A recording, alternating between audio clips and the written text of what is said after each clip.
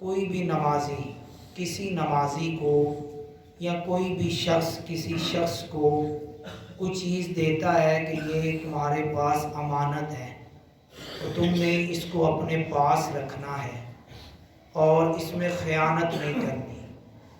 وہ ذات یہ کہہ دیتا ہے کہ اس میں خیانت نہیں کرنی، تو پھر اگر وہ خیانت کرے گا تو وہ گناہ گار ہوگا،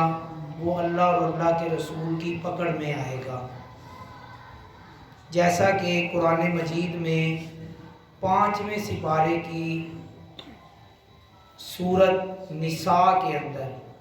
یہ سورت جو ہے یہ 4 سپارے سے شروع ہوتی ہے اور 5ویں سپارے میں بھی اس سورت کو جو ہے وہ پڑھا جاتا ہے، سورت نساء۔ اللہ تعالیٰ نے ارشاد فرمایا ان اللہ یأمرکم ان تؤدوا الامانات الی اہلھا، بے شک اللہ تمہیں حکم دیتا ہے کہ امانتیں جن کی ہیں انہیں سپرد کر دو۔ یہ آیت جس صحابی رسول کی شان میں نازل ہوئی ان کا نام ہے حضرت سیدنا عثمان بن طلحہ رضی اللہ تعالی عنہ۔ جس وقت نبی پاک صلی اللہ علیہ وسلم نے خانہ کعبہ کو فتح کیا، یعنی مکہ المکرمہ کو فتح کیا اور خانہ کعبہ بھی جو ہے وہ مسلمانوں کے لیے آزاد کروا دیا کہ ہر آنے والا شخص جو ہے اس کا طواف کر سکتا ہے، تو یہ خانہ کعبے کی چابیاں جو تھیں یہ حضرت سیدنا عثمان بن طلحہ کے پاس تھی۔ یہ اس وقت صحابی رسول نہیں بنے تھے، نبی پاک صلی اللہ علیہ وسلم کی صحابیت میں نہیں آئے تھے۔ اب جس وقت ان کو کہا جی چابی دے دیں خانہ کعبے کی، تو انہوں نے خانہ کعبے کا دروازہ بند کر دیا آگے سے۔ جب دروازہ بند کیا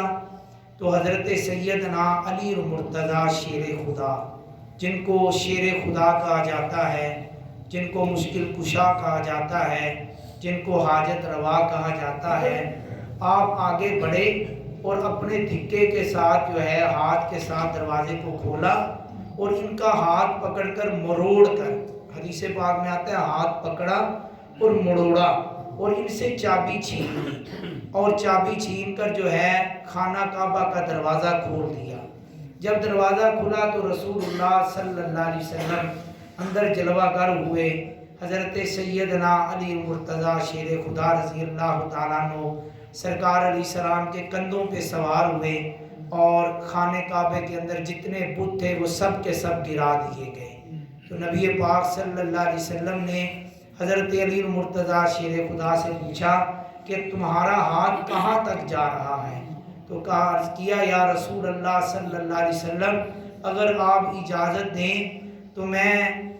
عرش کا پایا بھی کھینچ کر نیچے لا سکتا ہوں، اگر آپ اجازت دیں تو میرا ہاتھ اتنا اوپر چلا گیا ہے۔ تو نبی پاک صلی اللہ علیہ وسلم نے یہ چابی جو ہے اپنے پاس رکھی، تو آپ کے پیارے چچا حضرت سیدنا عباس اور آ کر عرض کرنے لگے یا رسول اللہ صلی اللہ علیہ وسلم یہ چابی مجھے دے دیں۔ تو نبی پاک صلی اللہ علیہ وسلم نے فرمایا کہ میں اپنے رب کے حکم کا انتظار کر رہا ہوں، جو مجھے میرے رب کی طرف سے حکم ہوگا یہ چابی اسی کو دی جائے گی۔ تو اسی وقت حضرت جبرائیل علیہ السلام قرآن پاک کی یہ سورت نساء جو 5ویں سپارے میں ہے اس کی آیت نمبر 58 لے کر جو ہے وہ نازل ہوئے اور عرض کیا یا رسول اللہ آپ کا رب فرماتا ہے ان اللہ یأمرکم ان تؤدوا الامانات الی اہلھا، بے شک اللہ تمہیں حکم دیتا ہے کہ امانتیں جن کی ہیں انہیں سپرد کر دو۔ سرکار علیہ السلام نے فرمایا ابھی عثمان بن ابی طلحہ کو بلاؤ، ابھی اس نے کلمہ نہیں پڑھا تھا، فرمایا اس کو بلاؤ۔ جب عثمان بن ابی طلحہ کو بلایا سرکار علیہ السلام نے فرمایا لو بھی یہ چابی تمہاری ہے، یہ چابی تم رکھ لو۔ عثمان بن ابی طلحہ آگے سے کہنے لگے جی میں تو کافر ہوں، میں نے تو کلمہ نہیں پڑھا۔ نبی علیہ السلام نے فرمایا مجھے یہ میرے رب کی طرف سے حکم آیا ہے، مجھے یہ میرے رب کی طرف سے حکم آیا ہے اور میں رب کے حکم کی فرما برداری کرتے ہوئے یہ امانت تمہیں لوٹانا چاہتا ہوں۔ جب انہوں نے رب کا نام سنا اور قرآن پاک کی آیت سنی تو عرض کیا یا رسول اللہ چابی بعد میں لوں گا، پہلے مجھے کلمہ پڑھا کر سبحان اللہ۔ اسی وقت وہ کلمہ پڑھ کے مسلمان ہوئے۔ اور پھر سرکار علیہ السلام نے فرمایا میرے صحابہ یہ چابی میں اعلان کرتا ہوں کہ قیامت تک عثمان بن ابی طلحہ کی اولاد میں رہے گی۔ آج بھی جو چابی ہے خانہ کعبہ کی وہ حضرت عثمان بن ابی طلحہ کی اولاد میں سے شخص ہے جس کے ہاتھ میں خانہ کعبے کی چابی ہے، وہی دروازہ کھولتا ہے اور وہی بند کرتا ہے۔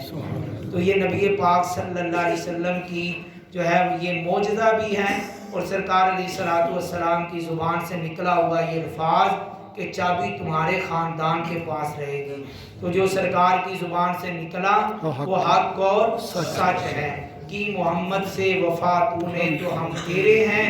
یہ جہاں چیز ہے کیا لوح و قلم تیرے ہیں۔